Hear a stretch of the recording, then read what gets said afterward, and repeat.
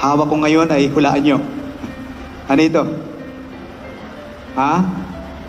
Ang hawak ko po ngayon ay Arinola. Swerte raw po ito. Lalo na kapag nagamit na. Nakikita ko kasi sa mga tindahan, pansinin po ninyo, no? Ang lalagyan po karaniwan ng kanilang pera ay Arinola. Ano ho? Kaysa sa kaha. Hindi ko po alam kung ano ang meron sa Arinola.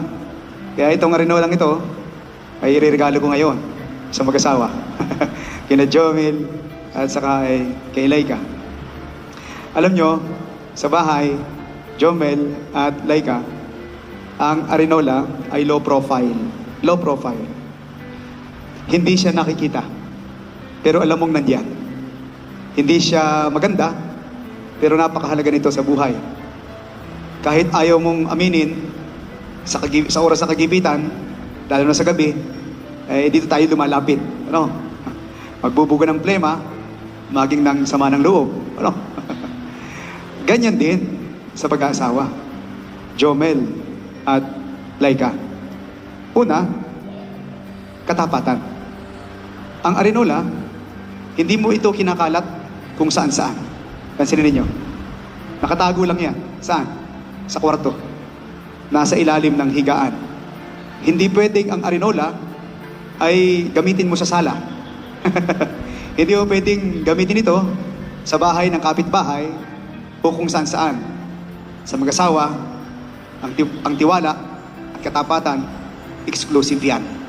Sa inyo lamang itong dalawa. Huwag ninyong hahayaang kung kani-kanino kayo uhugot ng aliw. O di kaya naman ay maglalabas ng sama ng loob ninyo sa isa't isa. Kung magkakaroon man kayo ng gusot sa inyong pagsasama, hindi nyo kailangang pasingawin ang inyong sama ng loob, maging sa pinakamatalik ninyong kaibigan. Ang baho ng inyong pagsasama ay hindi kinakailangang pasingawin. Jomel at Laika, lumapit na lamang kayo sa pari o sa mga professionals, hindi sa matatabil na kapitbahay o matatabil na mga kaibigan. Pangalawa, sakripisyo at pag-unawa. May panahon na mabaho, no? May panahon na nakakainis, pero pinipili mong linisin. Ganoon sa Arinola, mabaho, nakakainis, pero kailangang linisin, kinakailangang alagaan, kinakailangang itabi pa rin. Ganyan din sa buhay pag-aasawa. Jomel at Laika. Kahit may topak minsan, kahit may amoy na hindi ka sanay, pinipili mo pa rin mahalin yung dati na nung nagde-date kayo ay puro pabango at laging naliligo. Pero nung mag-asawa na kayo, kahit pagtututbrush ay hindi na magawa, pakikisamahan mo pa rin. Kahit maratay na siya sa banik ng karamdaman at maihi sa saluwal o madumi kaya, aalagaan mo pa rin. Aalagaan pa rin ninyo ang isa't isa. Bakit? Dahil mamaya, mananalangin kayo at ang inyong sasabihin ay ito: Ama namin, kami po ay inyong loobing magkaisa ng kaloob at damdamin mula ngayon sa kaginawahan at kahirapan, sa kalusugan at karamdaman, sa lahat ng panahon ng aming buhay. Mamaya yun ang inyong dasal. Pinapakita ng bawat isa dapat alagaan, maging sa karamdaman, hindi lamang sa mga masasayang pangyayari sa inyong buhay o kung kayo ay malakas. At Jomel at Laika, laging magdadasal sa Panginoon para lagi kayong bigyan ng lakas at magtagumpay kayo sa inyong pagkasama ng panghabang buhay. Pangatlo, pagpapakumbaba. Walang Arinolang mayabang, hindi naman yung pinagyayabang Arinola eh. Kasi sabi ko, may Arinola ako sa bahay, kulay blue, bigyan ni Pater. Hindi naman yung pinagyayabang. Ano? Ang Arinola, tahimik lang yan. Nasa isang tabi. Pero malaking tulong. Sa relasyon ninyo, Jomel at Laika, huwag puro pride.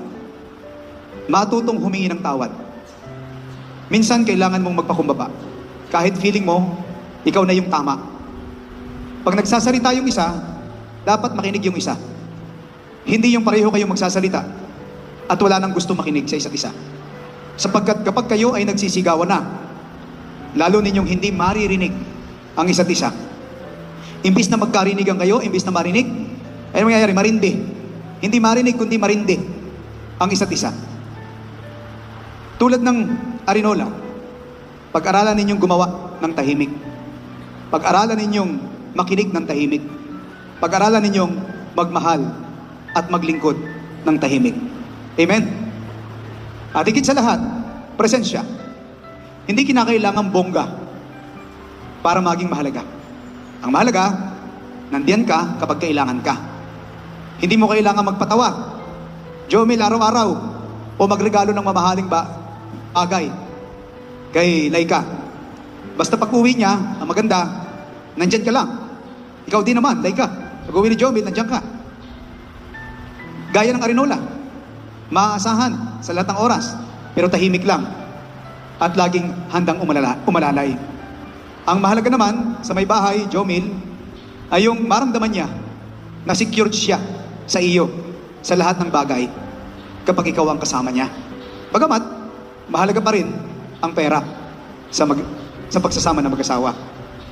Kaya sa inyo, Jomil at Laika, sana sa bawat araw na pagkasama ninyo, piliin ninyong maging Arinola sa isa't isa. Tapat, maaasahan, at handang maglingkod kahit sa mga panahong mabaho, mapanghi, at hindi glamorous ang buhay. At kung may away kayo, bago kayo magpalitan ng masasakit na salita, tanungin nyo muna ang isa't isa, Arinola ka ba? Kung oo, ayusin nyo agad. Huwag na kayo magtagal sa sama ng loob. Baka sumabog pa at maamoy ng iba. Amen.